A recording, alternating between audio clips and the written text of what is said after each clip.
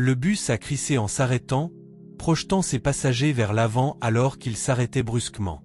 À l'intérieur du véhicule bondé, un mélange de tension et d'urgence emplissait l'air. Emma Walker a resserré sa prise sur la barre, son cœur battant la chamade alors qu'elle jetait un coup d'œil à sa montre-bracelet. L'entretien était prévu à 9 h du matin et il était déjà 8 h 40. Elle était encore à 3 pâtés de maison. « Je ne peux pas rater cette occasion », murmura-t-elle à voix basse, souhaitant que le bus aille plus vite.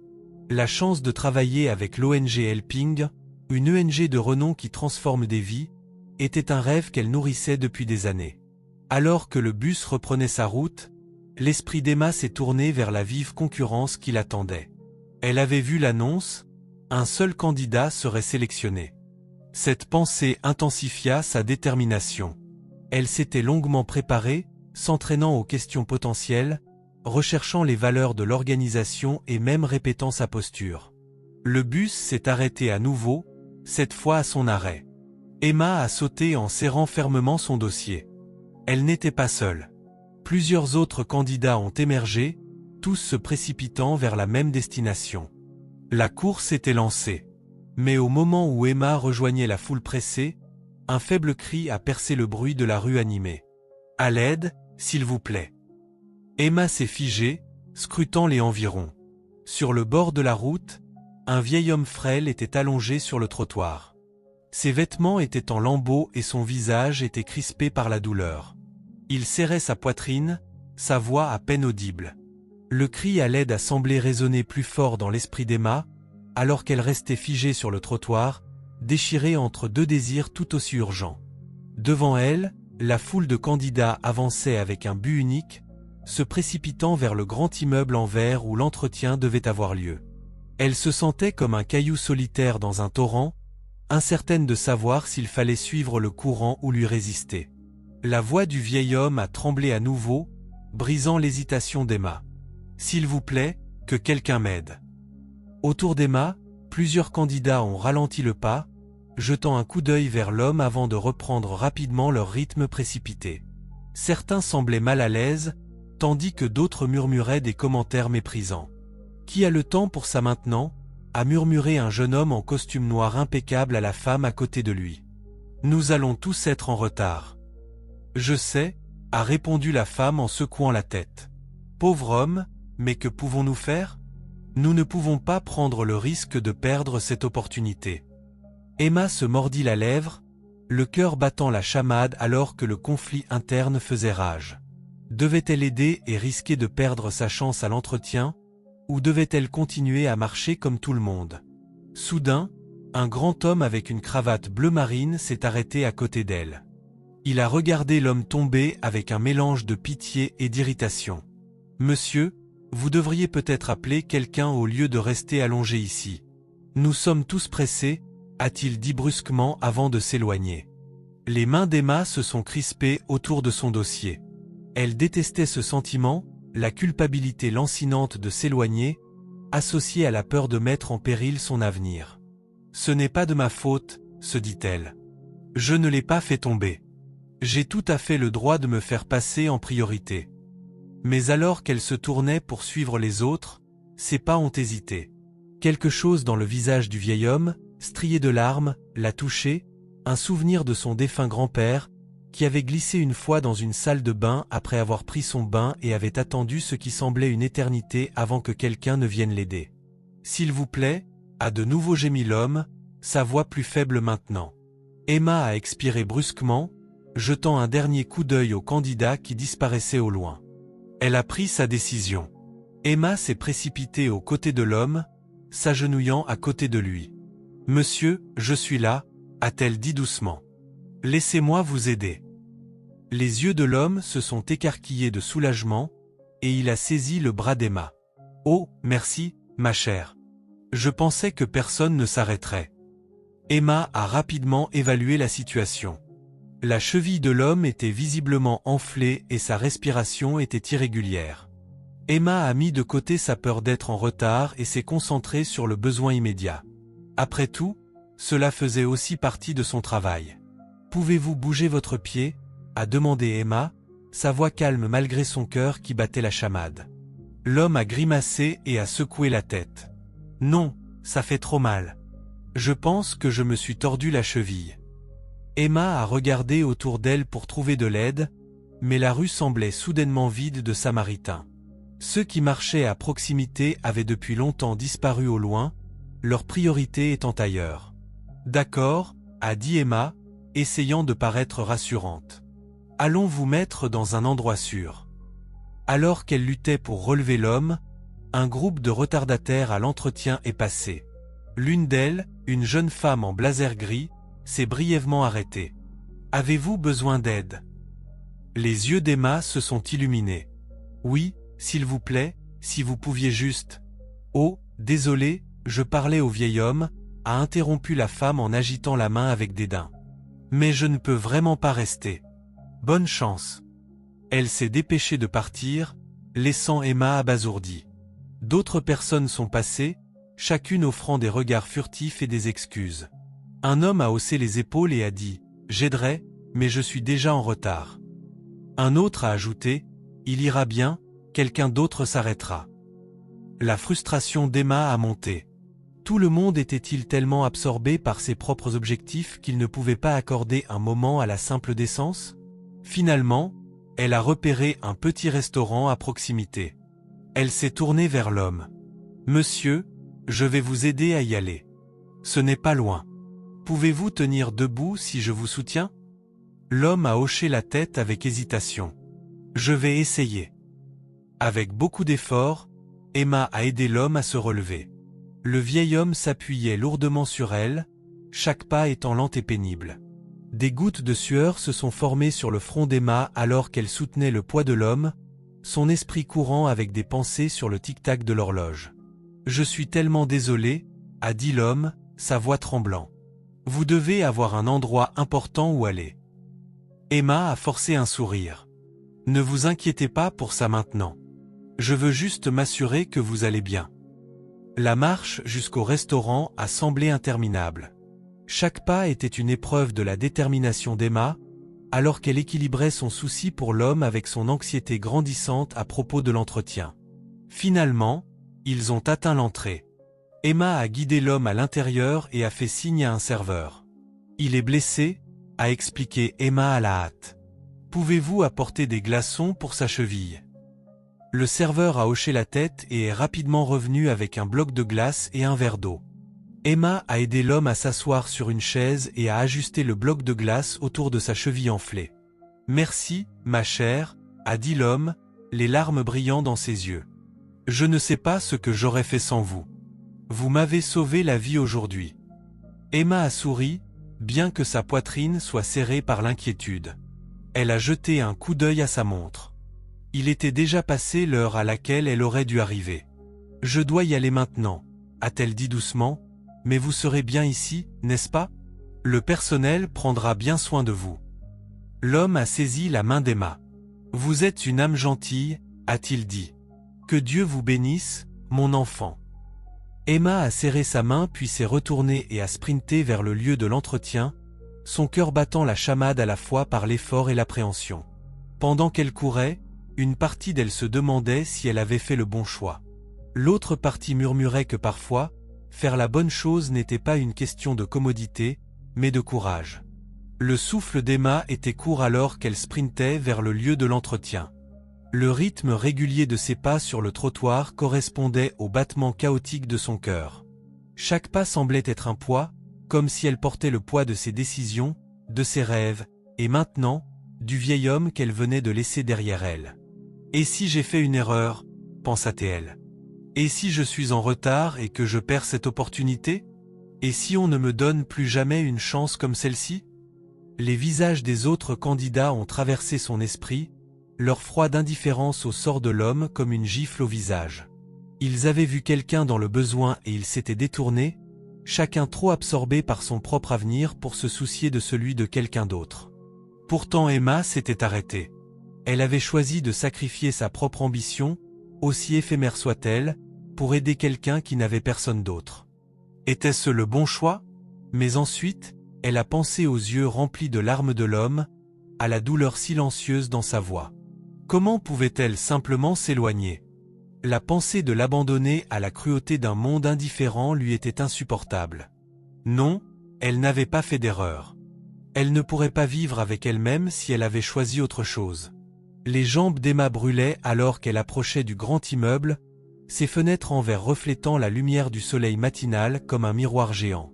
Il se sentait froid et impersonnel, comme une forteresse où seuls les plus forts survivaient. Elle était entrée dans cet immeuble d'innombrables fois quand elle était enfant, le regardant avec émerveillement, rêvant d'y travailler un jour. Mais maintenant, avec le cœur lourd et l'esprit confus, il semblait tellement plus grand qu'avant, un monument intimidant à l'ambition et au succès qui semblait complètement hors de portée. Elle a tourné au coin de la rue et a vu l'entrée. Les portes lisses et polies se dressaient devant elle comme une porte vers son avenir, ou peut-être vers sa perte. Ses poumons ont imploré de l'air alors qu'elle poussait la porte et entrait. La zone de réception était bondée d'autres candidats qui étaient arrivés à l'heure, impeccablement vêtus, leurs visages masqués de confiance et d'anxiété. Ils ont levé les yeux lorsqu'Emma est entrée, leurs yeux l'examinant rapidement, remarquant sans doute l'état échevelé de ses cheveux, l'essoufflement de sa poitrine, les gouttes de sueur qui parsemaient son front.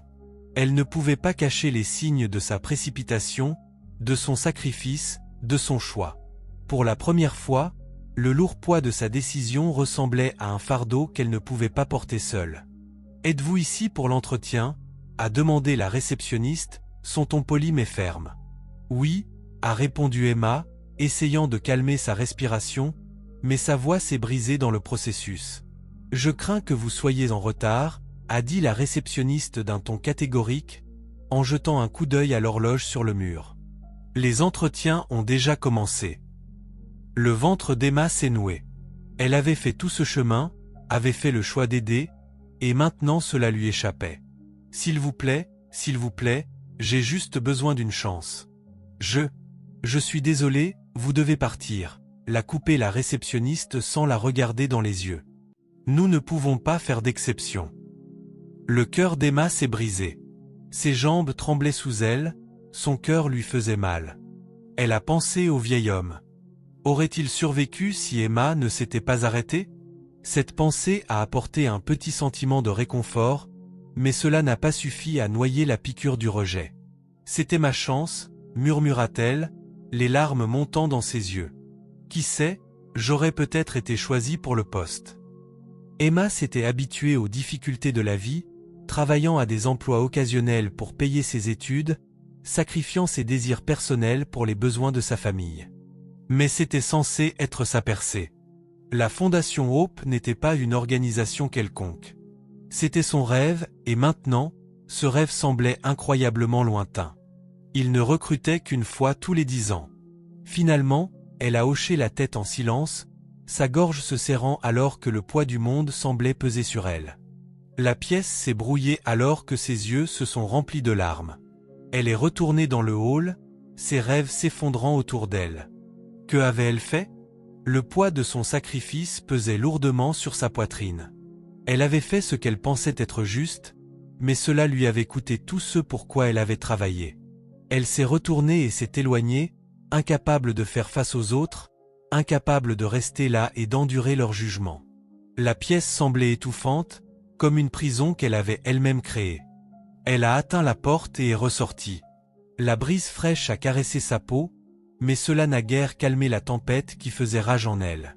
Elle est restée sur les marches pendant un moment, prenant de profondes respirations pour apaiser la soudaine poussée d'émotion. Cela en valait-il la peine? La rue devant elle était animée, le bruit des voitures qui passaient et des gens presque assourdissants dans le calme de son cœur.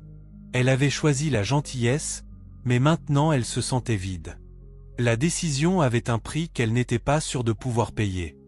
Emma a fermé les yeux pendant un moment, laissant les larmes couler librement, ressentant la piqûre de sa défaite. Elle avait aidé l'homme, oui, mais maintenant, elle était confrontée à la dure réalité de sa décision. Elle n'obtiendrait peut-être jamais le poste, la chance pour laquelle elle avait tant travaillé, l'espoir qui l'avait fait tenir bon à travers les rejets et les déceptions sans fin. Son téléphone a vibré dans sa poche, la sortant de sa rêverie. Surprise, elle a rapidement essuyé ses yeux et l'a sorti. C'était un message de sa mère. « Comment s'est passé l'entretien » Ma chérie. Je prie pour toi. Je sais que tu peux le faire. Emma a cligné des yeux devant l'écran, les mots se brouillant à mesure que de nouvelles larmes coulaient. Elle ne savait pas comment répondre. Elle voulait dire à sa mère qu'elle avait échoué, que le monde était trop cruel, trop concentré sur l'ambition pour se soucier des gens qui avaient besoin d'aide. Elle voulait dire que, peu importe ses efforts, elle n'était qu'une autre personne avalée par le système. Mais au lieu de cela, elle a remis le téléphone dans sa poche, a avalé la boule dans sa gorge et a marché sans but dans la rue. Le soleil montait plus haut dans le ciel, projetant sa chaude lueur sur la ville, et Emma ne pouvait se défaire du sentiment qu'elle avait, d'une manière ou d'une autre, manqué sa chance, sa seule occasion d'une vie meilleure. Les heures ont passé alors qu'Emma errait sans but, ses pensées un mélange confus de frustration, de confusion et de doute sur elle-même. Elle est passée aux mêmes endroits qu'elle avait parcourus des centaines de fois. Des cafés, de petites boutiques et le parc où elle avait l'habitude de s'asseoir avec ses amis pendant ses insouciantes années universitaires. Mais aujourd'hui, ils semblaient tous si lointains, comme s'ils appartenaient à quelqu'un d'autre, quelqu'un qui n'avait pas perdu sa chance à un emploi pour avoir aidé un inconnu. Le clair de lune baignait le petit appartement d'une lueur chaude, mais Emma n'en ressentait aucun réconfort. Elle était assise près de la fenêtre, regardant fixement la rue en contrebas, les pensées dans son esprit tourbillonnant comme un tourbillon. Elle n'avait vu personne depuis son retour de l'entretien. Ce n'était pas comme si elle se reprochait de ne pas avoir obtenu le poste. Aider les gens était bien, mais était-il bon d'aider les gens et de perdre la sienne? Dieu n'a-t-il pas dit « Aime ton prochain comme toi-même » Mais dans son cas, elle avait aimé son prochain plus qu'elle ne s'aimait elle-même. Alors qu'elle était perdue dans ses pensées, son jeune frère est entré dans la pièce. « Emma, viens dîner. Maman a dit que je devais t'appeler » a dit son frère en se tenant à côté de la porte. « Vous devriez manger, je n'ai pas envie de manger » a dit Emma en sifflant. Son frère est sorti et a dit à leur mère qu'Emma ne voulait pas manger. « Emma, pourquoi n'as-tu pas envie de manger » a dit sa mère en se tenant sur le seuil de la porte. « Maman, je n'ai pas envie de manger » a grommelé Emma en tournant le visage. « Emma, je t'ai dit d'oublier ces choses » a dit sa mère en entrant dans la pièce. Sa mère s'est assise sur le lit et l'a tapoté pour qu'Emma s'assoie. Emma s'est assise à contre-cœur, les bras croisés sur sa poitrine. « Emma, je t'ai dit d'arrêter de te tuer à cause du passé. Peut-être que ce travail n'est pas le tien, maman, mais si j'avais eu le poste? Tu sais combien j'aime ce travail, maman. Alors pourquoi te tues-tu parce que tu as aidé quelqu'un? Que feras-tu exactement dans cette ONG si tu n'as pas un cœur compatissant ?» Alors qu'elle parlait, le téléphone d'Emma a vibré sur la table, mais elle l'a ignoré. Elle ne voulait pas répondre à aucun appel. « Emma, réponds à ton appel » a dit sa mère, et Emma a secoué la tête de gauche à droite. « Maman, je ne veux pas de stress ce soir. » Réponds Y, sais-tu qu'un miracle peut se produire? Prends ton téléphone, mon enfant, a dit sa mère en lui tendant le téléphone dans la paume. Le téléphone avait cessé de sonner, mais Emma a promis d'y répondre si l'appelant rappelait. Le téléphone d'Emma a vibré à nouveau. Cette fois, c'était un email. Elle l'a ouvert distraitement, sans s'attendre à rien d'important, mais alors, son souffle s'est coupé. La ligne d'objet disait « Mise à jour importante. Résultat de l'entretien, poste à l'ONG ». Ses mains tremblaient en l'ouvrant. Elle a regardé l'écran pendant plusieurs longs moments, relisant les mots encore et encore. Cela ne pouvait pas être. Était-ce réel? Elle a tendu le téléphone à sa mère. Les yeux de sa mère se sont écarquillés en regardant le téléphone. L'email était bref, mais son contenu l'a frappé comme un coup de poing à l'estomac. Chère Emma Walker, nous avons le plaisir de vous informer que vous avez été sélectionnée pour le poste de coordinatrice de programme à l'ONG Helping Hand. Après mûre réflexion, nous avons constaté que vous êtes la candidate idéale pour notre mission. Votre acte de compassion désintéressée n'est pas passé inaperçu. Nous pensons que vous incarnez les valeurs essentielles à notre travail. Vous avez montré que vous comprenez l'importance de l'empathie et de l'attention d'une manière qu'aucun CV ne pourrait jamais exprimer. Veuillez vous présenter au bureau à 9 h demain pour votre premier jour. Nous nous réjouissons de travailler avec vous. Cordialement, Elizabeth Grant, directrice de Helping en NGO. Les mains d'Emma tremblaient en relisant les mots encore et encore. Elle pouvait à peine y croire. La femme, Elizabeth Grant, avait vu son acte de gentillesse. Elle avait choisi Emma, non pas en raison de ses qualifications, mais en raison de son cœur. Mais d'où la compassion, d'où la femme la connaissait-elle? Elle n'avait pas passé l'entretien. Elle n'était même pas autorisée à entrer dans la salle d'entretien. Comment se fait-il qu'il lui ait donné le poste? Beaucoup de choses lui traversaient l'esprit. Sa mère a posé sa paume sur son dos en hochant la tête. Les larmes ont brouillé à nouveau la vue d'Emma, mais cette fois, c'étaient des larmes de soulagement et de gratitude. Les jambes d'Emma ont cédé et elle a enfoui son visage dans les genoux de sa mère, submergée par l'émotion. Elle ne pouvait pas arrêter de pleurer. Le poids de tout, la déception, les doutes, la peur et l'espoir se libéraient enfin. Elle avait choisi la compassion et ce choix avait fait toute la différence. Le lendemain matin, Emma est arrivée au bureau de l'ONG Helping Hand à 9h précises, son cœur battant la chamade dans sa poitrine. L'immeuble de bureaux élégants contrastait vivement avec l'humilité de sa mission. La lumière du soleil scintillait sur l'extérieur en vert, un rappel subtil de l'espoir et des possibilités qu'elle sentait revenir dans sa vie. Emma a serré la sangle de son sac en cuir usé en franchissant les portes. À l'intérieur, l'atmosphère était pleine d'énergie. Le personnel s'affairait à transporter des dossiers, à répondre à des appels et à coordonner des activités. Les murs étaient ornés de photos d'enfants souriants, de familles et de communautés, les bénéficiaires des efforts de l'ONG. En voyant ces visages, une boule est montée dans la gorge d'Emma. On lui avait donné la possibilité de faire la différence ici, et elle ne la prendrait pas pour acquise. Emma Walker a appelé une voix, la sortant de ses pensées. Elle s'est retournée pour voir une femme d'âge moyen avec de chaleureux yeux noisettes et un air d'autorité. Son badge portait le nom d'Elizabeth Grant, directrice. Emma a immédiatement reconnu le nom de l'email. « Oui, c'est moi », a dit Emma, sa voix tremblant légèrement. Elizabeth a souri en tendant une main. « C'est un plaisir de vous rencontrer. Bienvenue chez Helping Hand.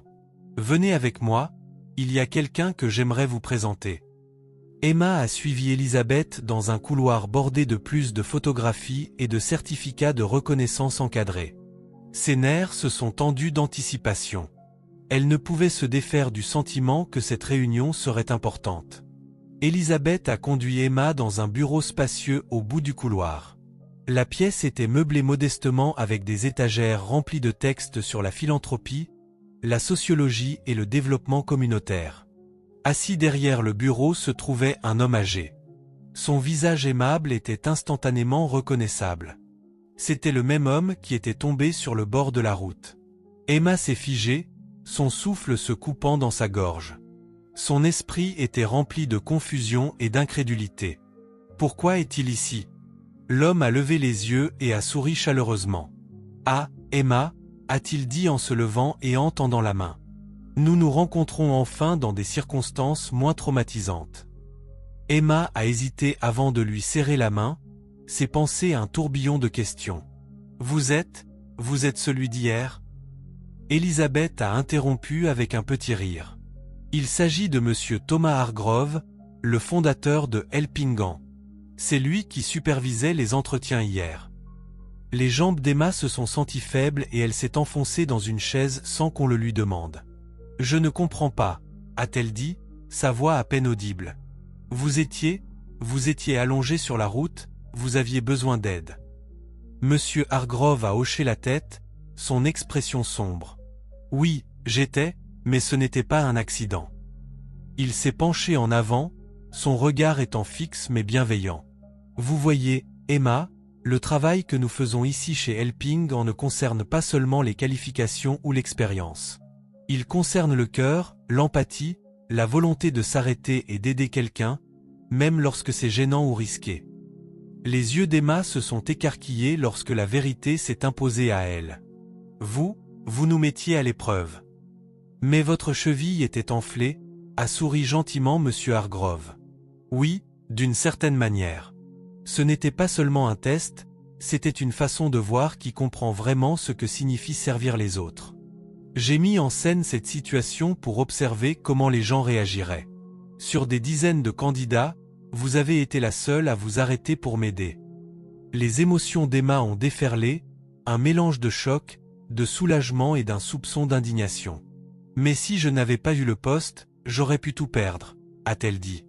Elisabeth a posé une main sur l'épaule d'Emma. « Vous avez choisi la gentillesse malgré les risques, Emma. C'est ce qui vous rend extraordinaire. Vous ne saviez pas qui était Monsieur Hargrove, et pourtant, vous l'avez aidé. C'est le genre de personne dont nous avons besoin ici. » Les larmes ont monté dans les yeux d'Emma, mais cette fois, elles n'étaient pas dues à la déception ou à la peur. Elles étaient dues à la gratitude et à la validation. Elle avait fait le bon choix, même lorsqu'il semblait insensé. Son cœur l'avait guidée, et maintenant, il était récompensé d'une manière qu'elle n'aurait jamais imaginée. Monsieur Hargrove s'est penché en arrière sur sa chaise, son regard songeur. « Emma, il y a quelque chose que vous devriez savoir sur l'homme que vous avez aidé hier.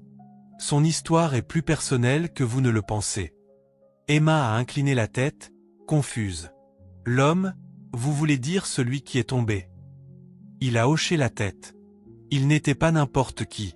Je suis celui qui a tout fait pour s'assurer que cette ONG continue de prospérer en toutes circonstances, et grâce à cette petite expérience, j'ai obtenu ce que je voulais. » Emma a haleté, sa main volant à sa bouche. « Vous êtes vraiment un acteur, vous semblez vulnérable. »« C'est un excellent acteur, » a dit Elisabeth en riant. Mais sa vulnérabilité n'était pas feinte. Il a traversé ses propres difficultés, et c'est pourquoi ce travail signifie tant pour lui et pour nous tous. La poitrine d'Emma s'est serrée d'émotion. L'homme qu'elle avait aidé, l'homme dont la gratitude l'avait émue aux larmes, n'était pas un inconnu. Elle faisait partie de quelque chose de plus grand, quelque chose dont Emma faisait désormais partie également. Monsieur Hargrove a souri. « Vous avez réussi le test, Emma, mais plus important encore, vous nous avez montré qui vous êtes vraiment. Bienvenue chez Elpingan. » Emma s'est levée, les jambes tremblantes, et a tendu la main. « Merci, monsieur. Je ne vous décevrai pas. » Emma voulait lui demander comment il connaissait son nom, mais elle s'est souvenue qu'elle l'avait dit à la réceptionniste. Peut-être que tout avait été mis en scène. Alors qu'Emma quittait le bureau ce jour-là, son cœur se sentait plus léger qu'il ne l'avait été depuis des années. Elle avait fait face à l'épreuve ultime, non pas de ses compétences ou de son intellect, mais de son caractère, et elle avait réussi. L'opportunité qui s'offrait à elle n'était pas seulement un emploi, c'était une vocation, une chance de faire une réelle différence dans la vie des autres. En sortant du bâtiment, elle s'est arrêtée sur les marches, les yeux fixés sur le ciel. Le poids de ses peurs et de ses déceptions passées semblait s'être levé, remplacé par un profond sentiment d'utilité. En aidant une personne, elle avait trouvé sa voie, et elle s'est jurée de passer le reste de sa vie à aider les autres à trouver la leur. J'espère que vous avez apprécié ces histoires. Merci de toujours regarder et écouter nos histoires. Veuillez laisser un commentaire ci-dessous, cliquez sur le bouton « J'aime » et vous abonner à notre chaîne. Continuez à aimer, continuez à commenter et continuez à regarder, et n'oubliez pas de vous abonner à notre chaîne. Merci.